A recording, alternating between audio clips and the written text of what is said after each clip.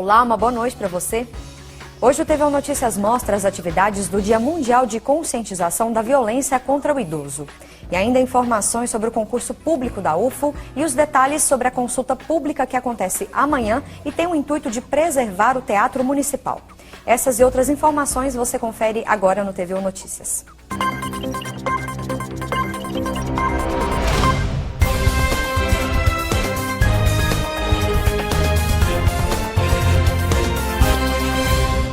No Dia Mundial de Conscientização da Violência contra o Idoso, os dados do Centro de Referência Especializado em Assistência Social, o CREAS de Uberlândia, assustam e chamam a atenção para uma triste realidade. Até o mês de maio deste ano, foram registrados 521 denúncias de direitos violados. Entre as denúncias estão negligência e abandono, que chegaram a 346 casos, e 174 registros de violência física ou psicológica. Também foi registrado um caso ligado a abuso ou exploração sexual.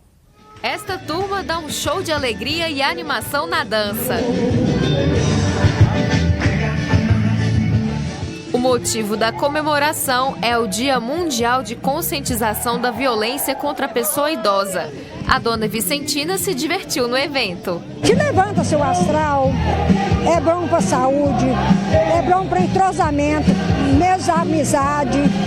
O pessoal que envolve a gente é um pessoal que te trata com muito carinho, sabe? E a dança então, para mim é tudo. O senhor Pedro também deu show nos passos de dança. Muito bom, gostoso, a diversão, ajuda a veiarada a desemperriar. O Dia Mundial de Conscientização da Violência contra a Pessoa Idosa foi instituído pela Organização das Nações Unidas, ONU, e pela Rede Internacional de Prevenção à Violência à Pessoa Idosa. Nós temos a intenção de mobilizar a sociedade para ser contrária e para estar avaliando as questões da violência contra o idoso. E também denunciando, se nós suspeitamos de alguma coisa, que procure a nossa rede para que possa fazer as denúncias. Mas, na verdade, nós queremos ser proativos e queremos ser preventivos. Por isso nós fazemos esse dia em respeito ao idoso, em conscientização à população. Os idosos concordam que a comemoração da data é importante. Isso aqui vai conscientizando as pessoas cada vez mais tratar melhor os idosos, porque o idoso, ele pode estar lá embaixo, mas se ele for tratado de forma diferente, faz bem para a saúde. Tem que ter sempre.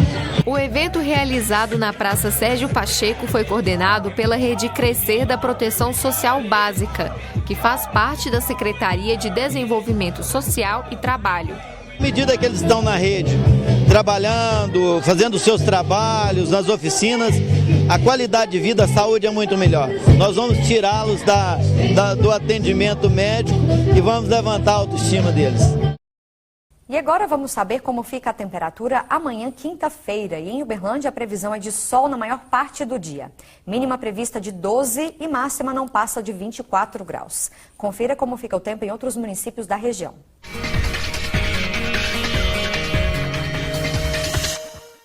Em Ituiutaba, a temperatura varia entre 13 e 27 graus. A previsão é de tempo aberto, sem chuva. Mínima de 11 e máxima de 23 graus em Araxá. A quinta-feira é de sol fraco e tempo parcialmente nublado. Mínima de 13 e máxima de 21 graus em Indianópolis.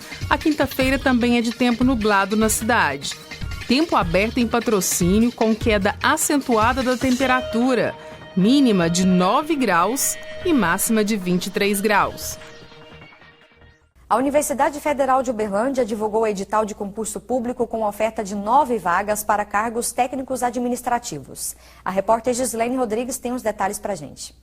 Olá, Daniela. As inscrições para esse edital podem ser feitas do dia 23 até 7 de julho. E para saber mais detalhes, eu converso com Orozimbo Andrade de Almeida Rego, que é diretor de processos seletivos da UFO.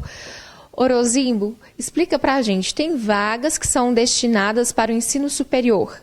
Nós temos vagas destinadas para curso superior, para administrador e para economista. Temos vagas para o ensino médio e para ensino fundamental também, totalizando 9 vagas no total. E também tem vaga para o Monte Carmelo, nível técnico? As vagas algumas delas estão definidas, elas são para a universidade. O enquadramento dos locais deles vai depender do resultado do concurso. E como é possível as pessoas terem acesso a esse edital para saber mais informações? Bom, o edital está na página www.ingresso.ufo.br. Lá é sempre interessante que os candidatos tenham toda a consciência em relação ao edital, porque todas as informações importantes estão lá. E com relação às inscrições, vamos reforçar prazo e valores? As inscrições vai do dia 23 de junho até o dia 7 de julho. Dependendo do nível médio, fundamental ou superior, a inscrição pode ser de R$50, R$70 ou R$80 o valor da inscrição, mas o candidato pode pedir a isenção no período da inscrição utilizando o modelo do CAD único. É importante, durante a inscrição, os candidatos que, apesar de não ter inicialmente vagas reservadas para negros e para pessoas com deficiência, no caso de aparecer novas vagas para os mesmos cargos, será respeitada a lei que faz reservas a negros e portadores deficientes.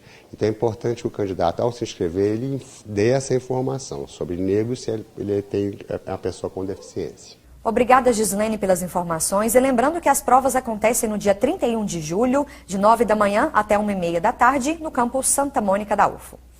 E o TVU Notícias vai para um rápido intervalo e volta já já com mais informações para você. Não saia daí. Zika zero. Um mosquito não é mais forte que o país inteiro. Tudo o que acumula água é foco de mosquito. Então, se liga nas dicas.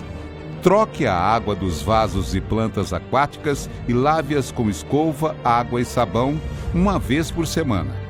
Coloque o lixo em sacos plásticos e mantenha a lixeira bem fechada. Feche bem os sacos de lixo e deixe-os fora do alcance de animais. Mantenha as garrafas com a boca virada para baixo para evitar o acúmulo de água. Acomode pneus em locais cobertos e faça sempre a manutenção de piscinas ou fontes utilizando os produtos químicos apropriados. Espalhe essas informações para sua família, colegas e para a comunidade do seu bairro. Contamos com a sua ajuda no combate ao Aedes aegypti e a todas as suas terríveis consequências. Zika zero. Denuncie os focos do mosquito no 136. Realização: Governo Federal, Ministério da Educação e Universidade Federal de Uberlândia. Apoio Cultural, Rádio e TV Universitária.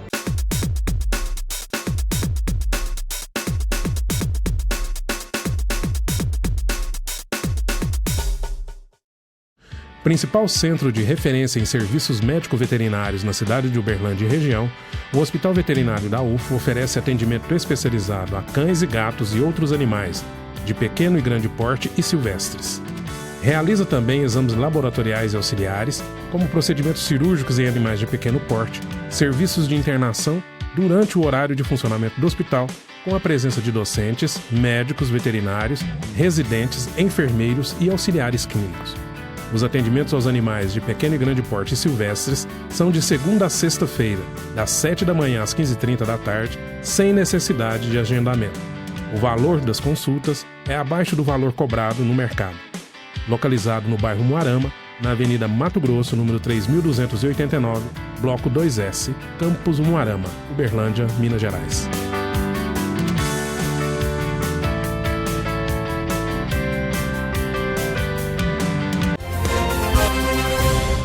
Você já assistiu um espetáculo de teatro musical? Um grupo de estudantes dos cursos de teatro e música da UFO decidiu unir os talentos para apresentar o espetáculo O Covil. Confira. Era uma vez um teatro. Um teatro abandonado e esquecido. O Teatro Grande Otelo. É com essas palavras que começa o espetáculo Covil. É um encontro da poesia de Fernando Pessoa e a música popular brasileira, né? Então, o que reforça esse encontro é a língua portuguesa, né? O Covil vem inspirado na música O Tango do Covil, do Chico Buarque, que é uma crítica, né, à ética brasileira. Então, a gente reuniu a poesia de Pessoa num texto que é O Marinheiro, que é um velório, né, com músicas festivas das festividades brasileiras, o carnaval, e aí pegamos o tango, algumas referências sul-americanas e também, né, o fado português. E aí a gente faz um encontro também com alunos da música e do teatro, proporcionando assim um encontro com a arte, poesia e identidade, porque a gente discute a identidade local também a partir dessa crítica desse teatro que está desativado, né? Que desde quando eu cheguei em Uberlândia, em 2010, esse teatro está fechado, né? Ele está em ruínas. Então a gente vai velar o teatro, né, dentro do teatro. O espetáculo vai ser apresentado por estudantes dos cursos de teatro e música da UFO, resultado da disciplina Tópicos em Performance. Essa junção dos alunos do teatro que a gente já trabalhava aqui nos corredores várias vezes, em várias peças, só que era pensando numa disciplina para trabalhar o semestre inteiro mesmo. Vários poetas e compositores brasileiros foram inspiração para o enredo produzido pelos estudantes.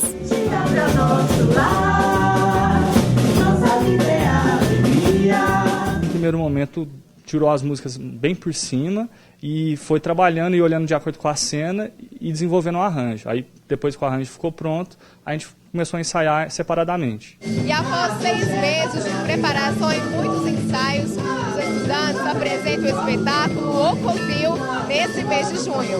A gente vai fazer 2 apresentações. Domingo, dia 19, na Trupe de Truões, às 18 horas. Aí o ingresso a pessoa compra e tem direito a assistir a peça, e depois o show da Santo Groove, que são músicos que já fazem parte da banda e queriam estar no espetáculo, então a gente resolveu fazer as 2 coisas, assim, para encerrar com um show animado para todo mundo dançar. E depois, dia 21, aqui na sala de encenação, aqui do Bloco 3M, do Campo Santa Mônica, e vai ser gratuito. Após a apresentação do espetáculo O Covil, quem sobe ao palco para animar a plateia é a banda Santo Groove. A equipe surgiu no final de 2014 e é formada pelo professor Eduardo e alguns alunos. A gente está preparando muita alegria, muita música, trazer um show nacional com toda a riqueza do Tim Maia, do Jorge Benjó, do Seu Jorge e algumas surpresas também. O intuito, eu acho que da Santo Groove é trazer a música negra brasileira, nacional, ligada ao soul, e fazer com que todo mundo se identifique, saia do chão, consiga dançar, consiga se libertar e trazer alegria, simplesmente alegria.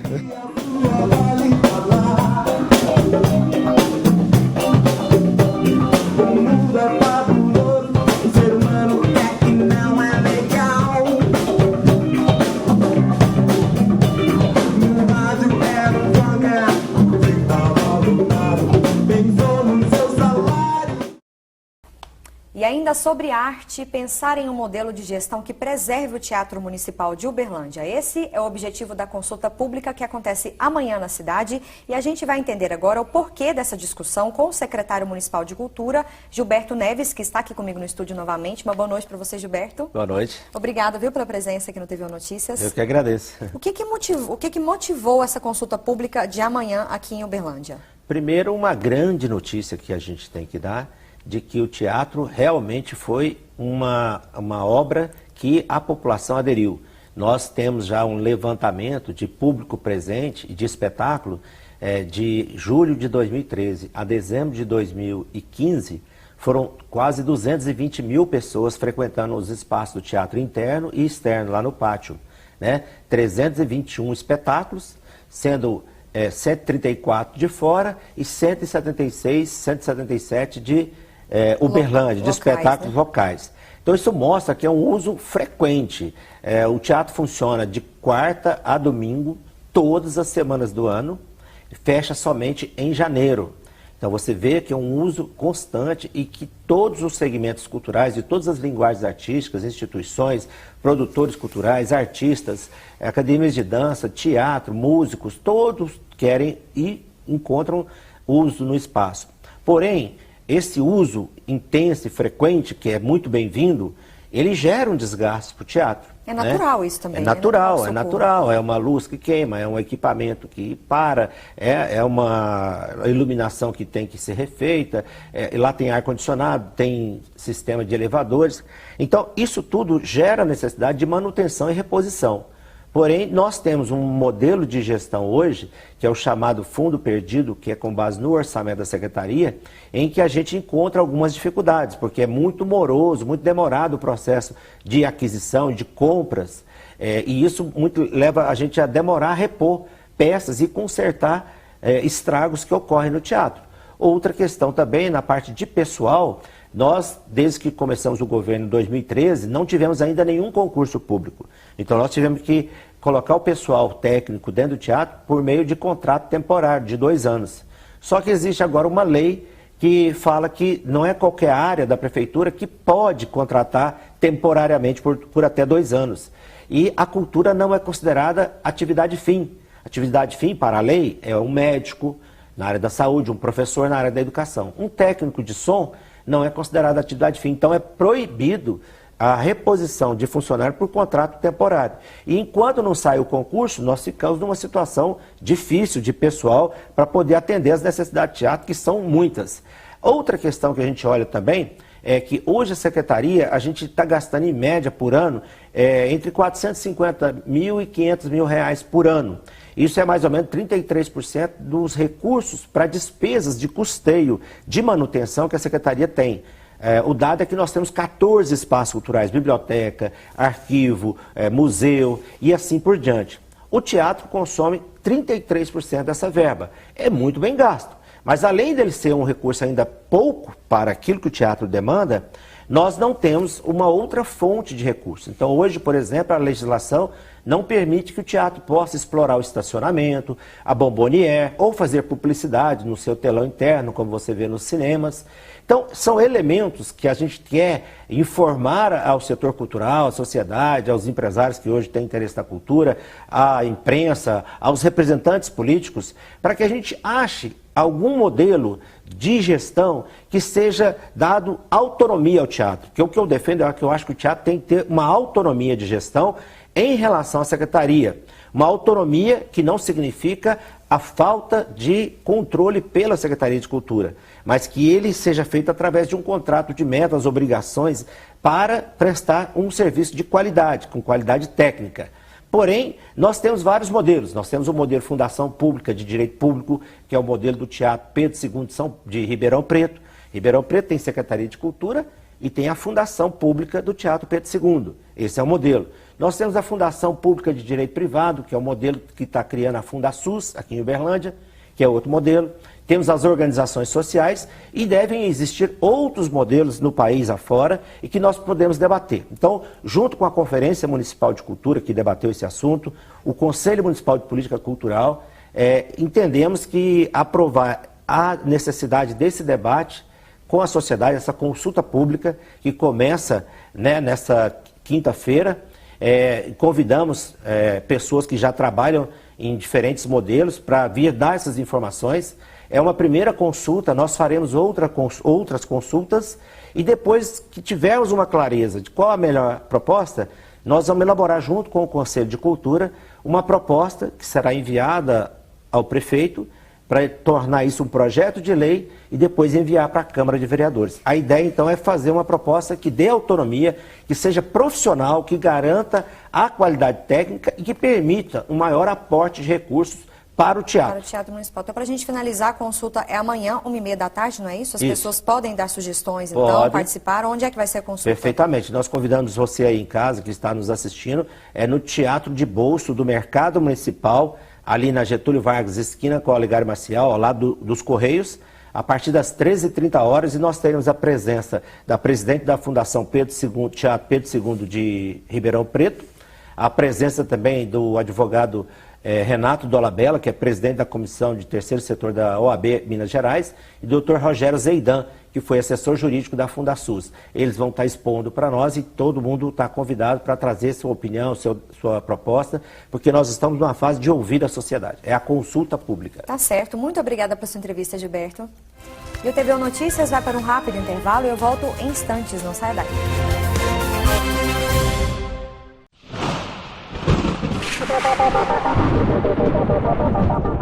Surpresas? Que nada! O Serviço de Previsão do Tempo do Laboratório de Climatologia da Universidade Federal de Uberlândia é referência em Minas Gerais.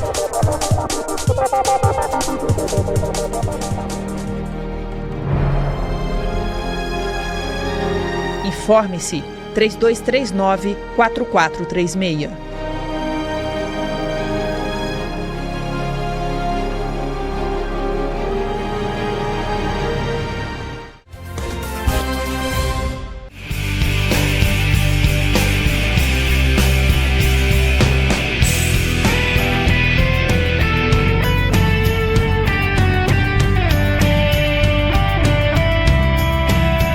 importe a qualidade de vida.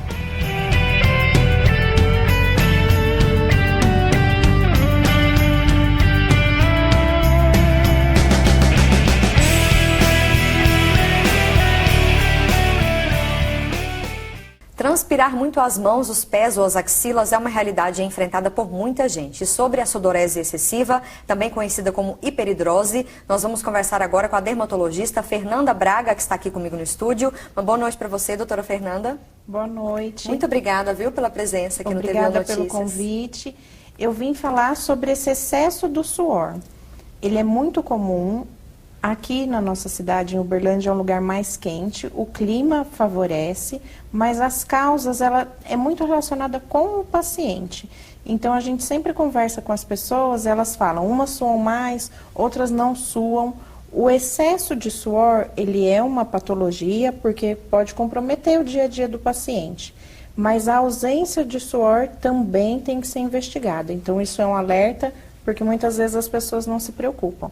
Preocupa só com o excesso, né, doutora Fernanda? Exato, elas se preocupam quando suam demais. Então, as duas coisas a gente tem que ter algumas orientações e alguns cuidados. Agora, a hiperidrose, a incidência da hiperidrose é mais no sexo feminino ou no masculino? Existe essa relação? A incidência é igual. Muitas vezes procuram mais o dermatologista as mulheres, mas a incidência estatisticamente é igual nos dois sexos. Agora, as causas para a hiperidrose, a gente sabe que tem uma parte genética, né? Mas o fator psicológico, estresse, ansiedade pode desencadear a hiperidrose ou, do contrário, também a ausência de suor? Sim, são as duas coisas. A pessoa ela já tem uma predisposição, então não vai ter hiperidrose uma pessoa que ela fique pensando nisso, não vai desencadear. Ela já tem uma predisposição genética, uma característica do paciente. Quando ele começa a notar, a ter problemas, ter dificuldade, às vezes o paciente tem hiperidrose, ele vem dar uma entrevista, ele já fica ansioso, ele começa a suar muito. Ele vai fazer uma entrevista de emprego, ele vai em alguma situação de estresse, ele vai suar cada vez mais. O fato de cumprimentar as mãos é uma das coisas que os pacientes mais falam. Ele sabe que vai em um lugar que vai cumprimentar muitas pessoas, ele já sofre, ele já tem hiperidrose. Muitos pacientes, quando começam a tratar a ansiedade, outros problemas melhoram a hiperidrose também. Agora, quando é que é indicada a cirurgia? Existem outros tratamentos além da cirurgia também, né, doutora Fernanda? A gente tem sempre que ver com o paciente, como que é a rotina dele, o que esse paciente faz, se ele trabalha, se ele estuda, o local em que ele tem mais sudorese, então isso é uma coisa importante. A cirurgia é muito indicada quando é nas mãos, porque é uma coisa que prejudica o dia a dia do paciente.